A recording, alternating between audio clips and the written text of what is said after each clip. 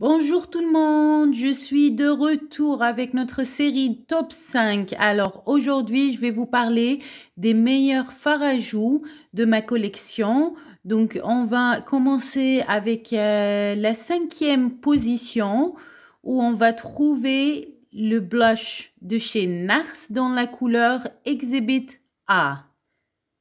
Alors quand je vais ouvrir, vous allez voir que c'est une couleur assez intense. C'est un rouge avec des sous-tons bleus qui est extrêmement intense et pigmenté. Vous allez le voir, donc on a un miroir qui est très pratique.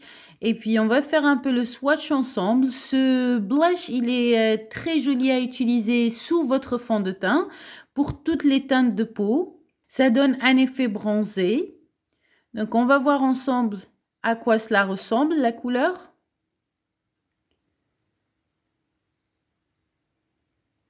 Voilà, mon swatch, il n'est pas très propre, alors je vais re-swatcher pour que vous voyez clairement la couleur.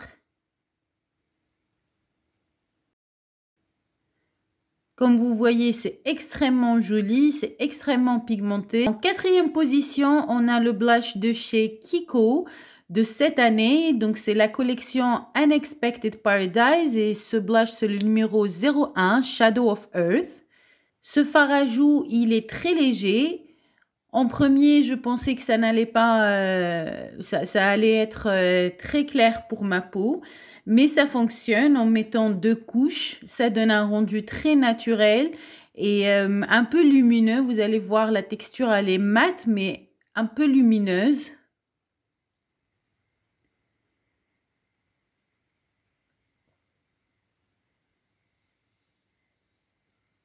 Voilà, ce fard à joues, c'était la découverte de cette année. J'ai vraiment apprécié cette collection de chez Kiko qui est sortie cet été. En 3e position, je vais mettre le blush de chez MAC dans la couleur Gingerly. Alors, c'est un sheer tone blush, ça veut dire que c'est un blush léger, un fard à joues léger. Il n'y a pas de miroir, mais c'est tellement en fait facile à appliquer cette couleur. Elle est neutre, donc on n'a pas vraiment besoin d'un miroir. Vous allez voir que ça ressemble de très près au fard à joues de chez Kiko. Alors voilà le swatch.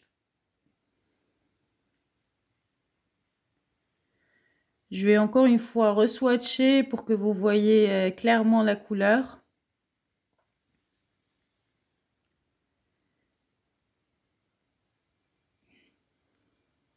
Voilà, ils se ressemblent de très près, celui de MAC et celui de Kiko. Donc celui de Kiko, il est même plus léger en texture, alors que celui de MAC, il est très mat. Donc lequel choisir, ça va dépendre réellement de votre budget. En 2e position, nous allons avoir le fard à joues de la marque Fenty Beauty. Alors, celui-là, ça s'appelle Killawatt Foil, je pense.